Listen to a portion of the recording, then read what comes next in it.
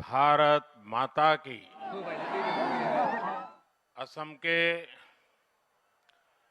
जनप्रिय मुख्यमंत्री सर्बानंद सोनोवाल जी, केंद्रीय मंत्रिमंडल के मेरे सहयोगी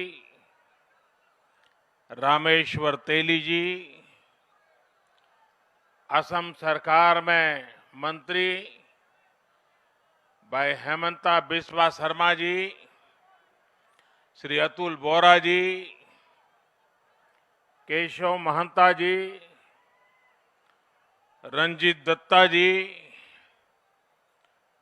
बोडोलैंड टेरिटोरियल रीजन के चीफ श्री प्रमोद बोरो जी, अन्य सभी सांसदगण, विधायकगण और मेरे प्यारे भाई और बहनों,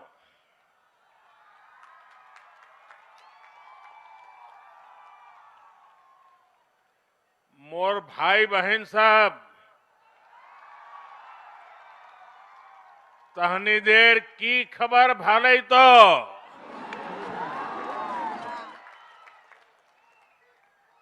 खुलुमबाई कौन था मोन्हा माबोरे दे। पिछले महीने मैं असम में आकर के गरीब, पीड़ित, शोषित, वंचित समाज के लोगों को जमीन के पट्टों के वितरण के कार्यक्रम का हिस्सा बनकर के मुझे एक सौभाग्य मिला था। तब मैंने कहा था कि असम के लोगों का स्नेह और आपका प्रेम इतना गहरा है कि वो मुझे बार बार असम ले आता है। अब एक बार फिर मैं आप सबको प्रणाम करने आया हूं, आप सबके दर्शन करने के लिए आया हूं। मैंने कल सोशल मीडिया पर देखा, फिर मैंने ट्वीट भी किया कि ढेकियाजुली को कितनी सुंदरता से सजाया गया है।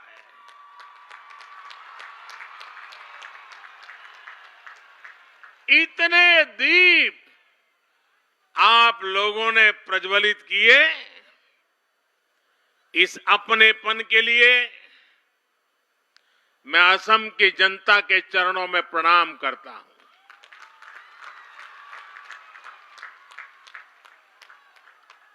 मैं असम के मुख्यमंत्री सर्बानंद जी, भाई हेमंता जी,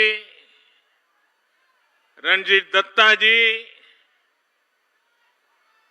सरकार में और भाजपा संगठन में बैठे हुए हर किसी की सराहना करूंगा। वो इतनी तेज गति से असम के विकास में, असम की सेवा में लगे हैं कि मुझे लगातार यहां विकास के कार्यक्रमों में आने का अवसर मिलता रहा है। आज का दिन तो मेरे लिए एक और वजह से बहुत खास है। आज मुझे सोनितपुर ढेकियाजुली की इस पवित्र धरती को प्रणाम करने का अवसर मिला है। ये वही धरती है जहां रुद्रपद मंदिर के पास असम का सदियों पुराना इतिहास हमारे सामने आया था। ये वही धरती है जहां असम के लोगों ने आक्रमणकारियों को हराया था, अपनी एकता, अपनी शक्ति, अपने शौर्य का परिचय दिया था। 1942 में इसी धरती पर असम के स्वाधीनता सेनानियों ने देश की आजादी के लिए, तिरंगे के सम्मान के लिए अपना बलिदान दिया था। हमारे इन्हीं शहीदों के पराक्रम पर भूपेन हजारिका जी कहते थे, भारत भारत ही है आज जागृत है, प्रति रक्त बिंदु ते हहत शहीदर हाहत प्रतिज्ञाओ उज्जवल है। यानी आज भारत के शेर जाग रहे हैं। इन शहीदों के खून की एक एक बूंद, उनका साहस हमारे संकल्पों को मजबूत करता है। इसलिए शहीदों के शौर्य की साक्षी सोनितपुर की ये धरती, असम का ये अतीत बार बार मेरे मन को असमिया गौरव से भर रहे हैं।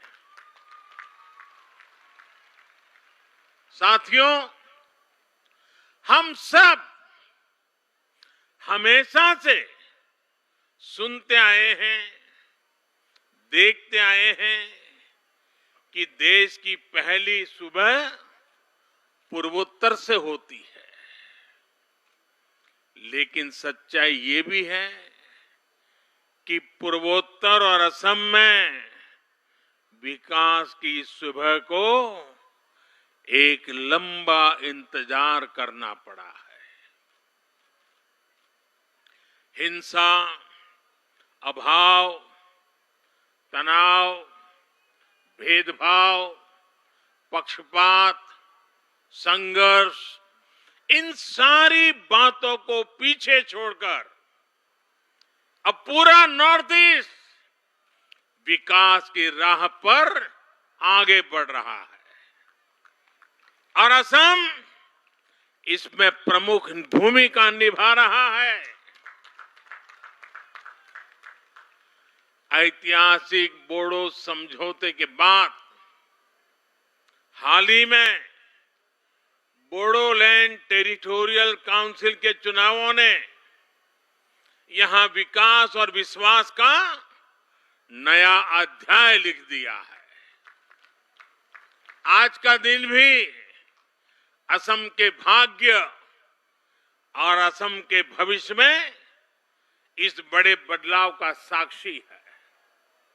आज एक और विश्वनाथ और चरईदेव में 2 मेडिकल कॉलेजों का उपहार असम को मिल रहा है, तो वहीं असम माला के जरिए आधुनिक इंफ्रास्ट्रक्चर की नींव भी बढ़ी है।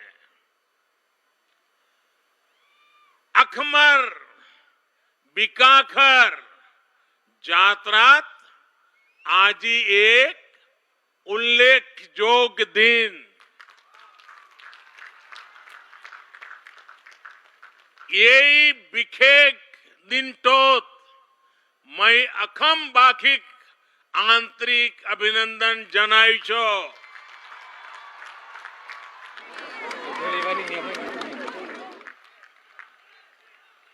साथियों, एकजुट प्रयासों से, एकजुट संकल्पों से कैसे परिणाम आते हैं, असम इसका बड़ा उदाहरण है। आपको 5 साल पहले का वो समय याद होगा जब असम के ज्यादातर दूरदराज इलाकों में अच्छे हॉस्पिटल केवल सपना होते थे।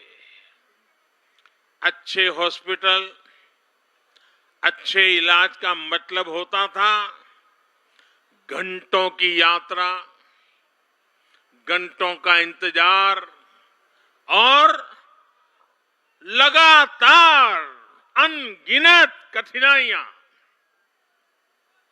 मुझे असम के लोगों ने बताया है कि उन्हें हमेशा यही चिंता रहती थी कि कोई मेडिकल इमरजेंसी न आ जाए, लेकिन ये समस्याएं अब तेजी से समाधान की ओर आगे बढ़ रही है। आप इस फर्क को आसानी से देख सकते हैं, महसूस कर सकते हैं। आजादी के बाद से 7 दशकों में यानी 2016 तक असम में केवल 6 मेडिकल कॉलेज होते थे, 6। लेकिन इन 5 सालों में ही असम में 6 और मेडिकल कॉलेज बनाने का काम शुरू किया जा चुका है। आज उत्तरी असम और अपर असम की जरूरतों को देखते हुए बिश्वनाथ और चरईदेव में 2 और मेडिकल कॉलेजों का शिलान्यास हो गया है। ये मेडिकल कॉलेज अपने आप में आधुनिक स्वास्थ्य सेवाओं के केंद्र तो बनेंगे ही, साथ ही अगले कुछ सालों में यहां से ही मेरे हजारों नौजवान डॉक्टर बनकर के निकलेंगे। आप देखिए, 2016 तक असम में कुल एमबीबीएस सीट्स करीब 750 ही थी, लेकिन ये नए मेडिकल कॉलेज जैसे ही शुरू होंगे, असम को हर साल 1600 नए एमबीबीएस डॉक्टर्स मिलने लगेंगे। और मेरा तो एक और सपना है, बड़ा साहसपूर्ण सपना लगता होगा, लेकिन मेरे देश के गांव में, मेरे देश के गरीब के घर में टैलेंट की कोई कमी नहीं होती है, उन्हें अवसर नहीं मिला होता है। आजाद भारत जब 75 में प्रवेश कर रहा है, तो मेरा एक सपना है, हर राज्य में कम से कम एक मेडिकल कॉलेज, कम से कम एक टेक्निकल कॉलेज वो मातृभाषा में पढ़ाना शुरू करे। क्या असमिया भाषा में पढ़कर के कोई अच्छा डॉक्टर नहीं बन सकता है क्या? आजादी के 75 साल होने आए, और इसलिए चुनाव के बाद जब नई सरकार बनेगी असम में, मैं यहां असम के लोगों की तरफ से आपको वादा करता हूं कि असम में भी एक मेडिकल कॉलेज स्थानीय भाषा में हम शुरू करेंगे, एक टेक्निकल कॉलेज स्थानीय भाषा में शुरू करेंगे, और धीरे धीरे ये बढ़ेगा, कोई रोक नहीं पाएगा उसको। ये डॉक्टर्स असम के अलग अलग क्षेत्रों में, दूर दराज इलाकों में अपनी सेवाएं देंगे। इससे भी इलाज में सुविधा होगी, लोगों को इलाज के लिए बहुत दूर नहीं जाना होगा। साथियों, आज गुवाहाटी में एम्स का काम भी तेजी से आगे बढ़ रहा है। इसका काम अगले 1.5-2 सालों में पूरा भी हो जाएगा। एम्स के वर्तमान कैंपस में इसी एकेडमिक सत्र से एमबीबीएस का पहला बैच शुरू भी हो गया है। जैसे ही अगले कुछ सालों में इसका नया कैंपस तैयार होगा, आप देखेंगे गुवाहाटी आधुनिक स्वास्थ्य सेवाओं के केंद्र के तौर पर उभर करके सामने आएगा। एम्स गुवाहाटी केवल असम ही नहीं, बल्कि पूरे पूर्वोत्तर के जीवन में एक बड़ा परिवर्तन करने वाला है। आज जब मैं एम्स की बात कर रहा हूं, तो एक सवाल आपके बीच पूछना चाहता हूं। देश की पिछली सरकारें ये क्यों नहीं समझ पाई कि गुवाहाटी में ही एम्स होगा तो आप लोगों को कितना लाभ होगा? वो लोग पूर्वोत्तर से इतना दूर थे कि आपकी तकलीफें कभी समझ ही नहीं पाए। साथियों, आज केंद्र सरकार द्वारा असम के विकास के लिए पूरी निष्ठा से काम किया जा रहा है। असम भी देश के साथ कंधे से कंधा मिलाकर आगे बढ़ रहा है। आयुष्मान भारत योजना हो, जन औषधि केंद्र हो, प्रधानमंत्री नेशनल डायलिसिस प्रोग्राम हो या हेल्थ एंड वेलनेस सेंटर्स हो, सामान्य मानवी के जीवन में जो बदलाव आज पूरा देश देख रहा है, वही बदलाव, वही सुधार असम में भी दिख रहे हैं। आज असम में आयुष्मान भारत योजना का लाभ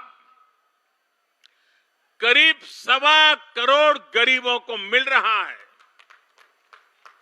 मुझे बताया गया है कि असम के 350 से ज्यादा अस्पताल इस योजना से जुड़ चुके हैं। इतने कम समय में असम के 1.5 लाख गरीब आयुष्मान भारत के तहत अपना मुफ्त इलाज करवा चुके हैं। इन सभी योजनाओं से असम के गरीबों के सैकड़ों करोड़ रुपए इलाज पर खर्च होने से बचे हैं। गरीब का पैसा बचा है। आयुष्मान भारत योजना के साथ ही लोगों को असम सरकार के अटल अमृत अभियान से भी फायदा हो रहा है। इस योजना में गरीबों के साथ ही सामान्य वर्ग के नागरिकों को भी बेहद कम किस्त पर स्वास्थ्य बीमा का लाभ दिया जा रहा है। इसके साथ ही असम के कोने कोने में हेल्थ एंड वेलनेस सेंटर्स भी खोले जा रहे हैं, जो गांव गरीब के प्राथमिक स्वास्थ्य की चिंता कर रहे हैं। मुझे बताया गया है कि इन सेंटर्स पर अब तक 55 लाख से ज्यादा असम के भाई बहनों ने अपना शुरुआती इलाज कराया है। साथियों, स्वास्थ्य सेवाओं को लेकर संवेदनशीलता और आधुनिक सुविधाओं के महत्व को कोरोना काल में देश ने बखूबी महसूस किया है। देश ने कोरोना से जिस तरह से लड़ाई लड़ी है, जितने प्रभावी तरीके से भारत अपना वैक्सीन प्रोग्राम चला रहा है, उसकी तारीफ आज पूरी दुनिया कर रही है।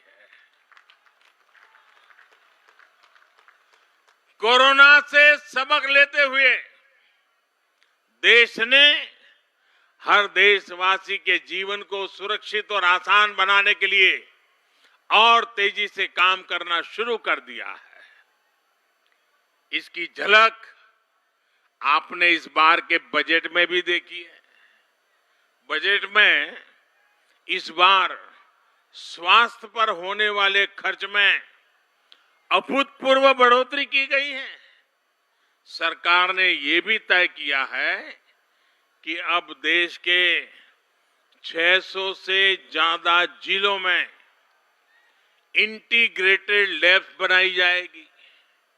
इसका बहुत बड़ा फायदा छोटे कस्बों और गांवों के लोगों को होगा, जिन्हें मेडिकल टेस्ट के लिए दूर जाना पड़ता है।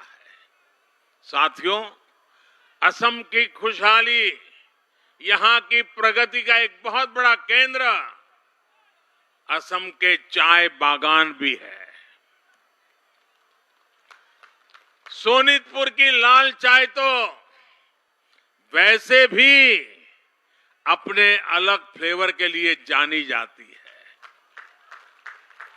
सोनितपुर और असम की चाय का स्वाद कितना खास होता है, ये मुझसे बेहतर भला कौन जानेगा।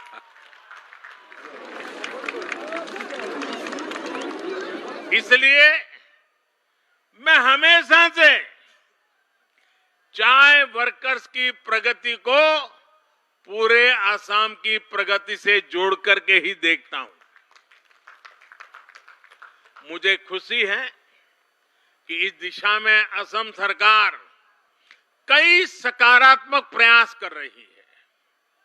अभी कल ही असम चाह बगीचा धन पुरस्कार मिला। स्कीम के तहत असम के 7.5 लाख टी गार्डन वर्कर्स के बैंक खातों में करोड़ों रुपए सीधे ट्रांसफर किए गए। टी गार्डन्स में काम करने वाली गर्भवती महिलाओं को एक विशेष योजना के तहत सीधे मदद दी जा रही है। टी वर्कर्स और उनके परिवार के स्वास्थ्य की देखभाल के लिए, जांच और इलाज के लिए टी गार्डन्स में ही मोबाइल मेडिकल यूनिट भी भेजी जाती है। मुफ्त दवाओं का भी इंतजाम किया जाता है। असम सरकार के इन्हीं प्रयासों से जुड़कर इस बार देश के बजट में भी चाय बागान में काम करने वाले हमारे भाइयों और बहनों के लिए 1000 करोड़ रुपए की विशेष योजना की घोषणा की गई। टी वर्कर के लिए 1000 करोड़ रुपए। ये पैसा आपको मिलने वाली सुविधाओं को बढ़ाएगा, हमारे टी वर्कर्स का जीवन और आसान बनाएगा। साथियों, आज जब मैं असम के टी वर्कर की बात कर रहा हूं, तो मैं इन दिनों देश के खिलाफ चल रहे षड्यंत्रों की भी बात करना चाहता हूं। आज देश को बदनाम करने के लिए साजिश रचने वाले इस स्तर तक पहुंच गए हैं कि भारत की चाय को भी नहीं छोड़ रहे। आपने खबरों में सुना होगा, ये साजिश करने वाले कह रहे हैं कि भारत की चाय की छवि को बदनाम करना है। योजनाबद्ध तरीके से भारत की चाय की छवि को दुनिया भर में बदनाम करना है। कुछ दस्तावेज सामने आए हैं जिनसे खुलासा होता है कि विदेश में बैठी कुछ ताकतें चाय के साथ भारत की जो पहचान जुड़ी है उस पर हमला करने की फिराक में है। क्या आपको ये हमला मंजूर है? आपको ये हमला मंजूर है? इस हमले के बाद चुप रहने वाले लोग मंजूर है आपको? हमले करने वालों की तारीफ करने वाले मंजूर है क्या आपको? हर किसी को जवाब देना पड़ेगा जिन्होंने हिंदुस्तान की चाय को बदनाम करने का बीड़ा उठाया है, और उनके लिए यहां जो चुप बैठे हैं, ये सभी राजनीतिक दलों को हर चाय बागान जवाब मांगेगा। हिंदुस्तान की चाय पीने वाला हर इंसान जवाब मांगेगा। मैं असम की धरती से इन षड्यंत्रकारियों से कहना चाहता हूं, ये जितने मर्जी षड्यंत्र कर ले, देश इनके नापाक मंसूबों को कामयाब नहीं होने देगा। मेरा टी वर्कर इस लड़ाई को जीत के रहेगा। भारत की चाय पर किए जा रहे इन हमलों में इतनी ताकत नहीं है कि वो हमारे टी गार्डन वर्कर्स के परिश्रम का मुकाबला कर सके। देश इसी तरह विकास और प्रगति के रास्ते पर बढ़ता रहेगा। असम इसी तरह विकास की नई नई ऊंचाइयों को छूता रहेगा। असम के विकास का ये पहिया इसी तेज गति से घूमता रहेगा। साथियों, आज जब असम में हर क्षेत्र में इतना काम हो रहा है, हर वर्ग और हर क्षेत्र का विकास हो रहा है, तो ये भी जरूरी है कि असम का सामर्थ्य और बढ़े। असम के सामर्थ्य को बढ़ाने में यहां की आधुनिक सड़कों और इंफ्रास्ट्रक्चर की बड़ी भूमिका है।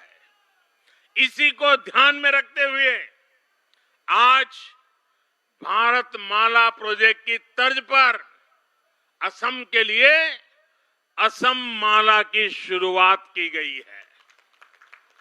अगले 15 सालों में असम में चौड़े हाईवेज का जाल हो, यहां के सभी गांव मुख्य सड़कों से जुड़े, यहां की सड़कें देश के बड़े शहरों तक आधुनिक हो। असम माला प्रोजेक्ट आपके सपनों को पूरा करेगा, आपका सामर्थ्य बढ़ाएगा। पिछले कुछ सालों में असम में हजारों किलोमीटर सड़कें बनाई गई हैं, नए नए पुल बनाए गए हैं। आज भूपेन हजारिका ब्रिज और सराय घाट ब्रिज असम की आधुनिक पहचान का हिस्सा बन रहे हैं। आने वाले दिनों में ये काम और भी तेज होने वाला है। विकास और प्रगति की गति को बढ़ाने के लिए इस बार बजट में इंफ्रास्ट्रक्चर पर अभूतपूर्व जोर दिया गया है। एक तरफ आधुनिक इंफ्रास्ट्रक्चर पर काम, तो दूसरी तरफ असम माला जैसे प्रोजेक्ट से कनेक्टिविटी बढ़ाने के काम। आप कल्पना करिए, आने वाले दिनों में असम में कितना काम होने वाला है और इस काम में कितने युवाओं को रोजगार मिलने वाला है। जब हाईवे बेहतर होंगे, कनेक्टिविटी बेहतर होगी, तो व्यापार और उद्योग भी बढ़ेंगे, पर्यटन भी बढ़ेगा। इससे भी हमारे युवाओं के लिए रोजगार के नए अवसर तैयार होंगे, असम के विकास को नई गति मिलेगी। साथियों, असम के प्रसिद्ध कवि रूप कंवर ज्योति प्रसाद अग्रवाल की पंक्तियां हैं, मेरी नया भारत की नया छवि जागा रे जागा रे। आज इन्हीं पंक्तियों को साकार करके हमें नए भारत को जगाना है। ये नया भारत आत्मनिर्भर भारत होगा। ये नया भारत असम को विकास की नई ऊंचाइयों पर पहुंचाएगा। इन्हीं शुभकामनाओं के साथ आप सबको बहुत बहुत धन्यवाद, बहुत बहुत शुभकामनाएं। मेरे साथ दोनों मुट्ठी बंद करके पूरी ताकत से बोलिए, भारत माता की, भारत माता की, भारत माता की, भारत माता की। बहुत बहुत धन्यवाद।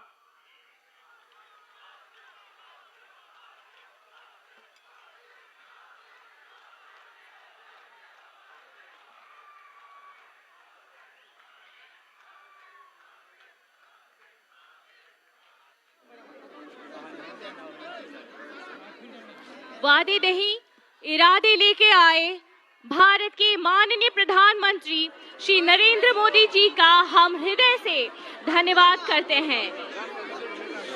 तेखेतर आगमने तेखेतर शब्द और कर्मय आमाक प्रेरित करिছে, आत्मविश्वास बढ़ाइছে और एक